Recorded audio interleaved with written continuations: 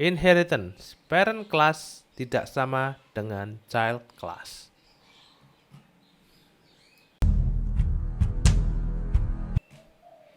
Assalamualaikum warahmatullahi wabarakatuh. Selamat datang di Markenji di tutorial Object Oriented Programming menggunakan C#. Oke, kali ini kita akan belajar inheritance di mana parent itu ya nggak sama dengan, walaupun sama dengan child ya.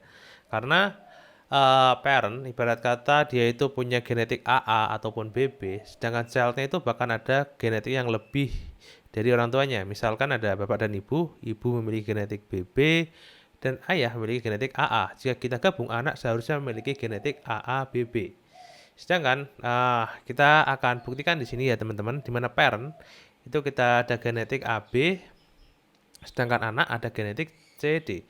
Dan di sini kita akan masukkan lewat konstruktornya. Di sini A sama dengan B. Kemudian di childnya akan ada A, B, C, D, dan kita masukkan base-nya itu berdasarkan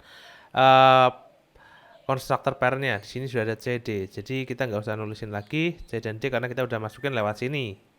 Yang this A-nya ini nggak usah nulis ini lagi. Nah sekarang itu dulu ya. Kalian sudah paham bahwa ini this A ini otomatis kepanggil lewat sini, lewat base-nya ini. Jadi ini nggak usah kepanggil. Kemudian di program di kelas programnya di static void main. Di sini yang pertama adalah kita melakukan penginstansian dan pewarisan. Di sini kita inisialisasi dulu isinya yang childnya, kemudian langsung kita panggil parentnya.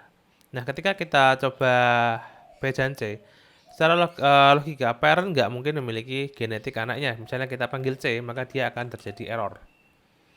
Nah, karena parent doesn't contain a division for C, yang memiliki adalah anaknya. Nah, ketika kita jalankan code-nya, ya mungkin sebaiknya yang di bawah ini aku komen dulu. Ketika aku jalankan, nah di sini parent, P ini untuk parent ya, dia memiliki 1, 2. Nah, ketika anaknya, misalnya di sini sisi anak C ya, ketika sisi C, dia akan bisa memanggil semuanya karena genetik si anak lebih dari si orang tua. Nah, ini ada 1, 2, 3, ini karena ada tambahan di atas 1, 2, 3. Ini adalah genetik dari si anak. Kemudian di sini kita akan coba melakukan penginisialisasian dengan polymorphism ya, dimana kita parent kita gunakan anaknya sini. Ya, yang ini aku komen dulu. Nah, di sini aku uncomment ya ini dua hal ini.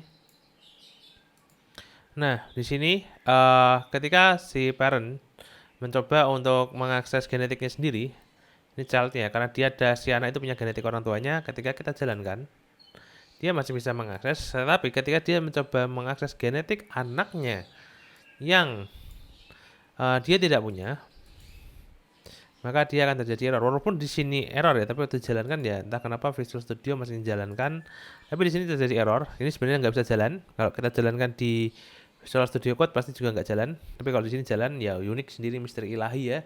Tapi nggak apa-apa karena di Visual Studio lebih indah, lebih gampang dengan codingnya. Nah, ini adalah pembuktian bahwa parent dan child itu tidak sinkron, walaupun dalam hal ya genetik ya, dalam hal yang mereka bawa, genetik yang mereka bawa itu ibarat kata nanti kedepannya itu mungkin bisa kita ibaratkan mungkin sebagai atributnya ataupun metodenya, seperti itu. Jadi child bisa dibilang lebih kaya akan genetik ketimbang orang tuanya. Ya memang seperti itu sih konsep yang ada juga di biologi. Nah teman-teman itu mungkin cukup membuktikan ke kalian ya. Semoga kalian paham tentang konsep ini. Jika mungkin kalian nggak paham tentang konsep ini, silahkan videonya diputar lagi. Atau mungkin kalian bisa tanyakan di kolom komentar. Karena malu bertanya susah di jalan. Oke. Saya Markenji undur diri. Wassalamualaikum warahmatullahi wabarakatuh.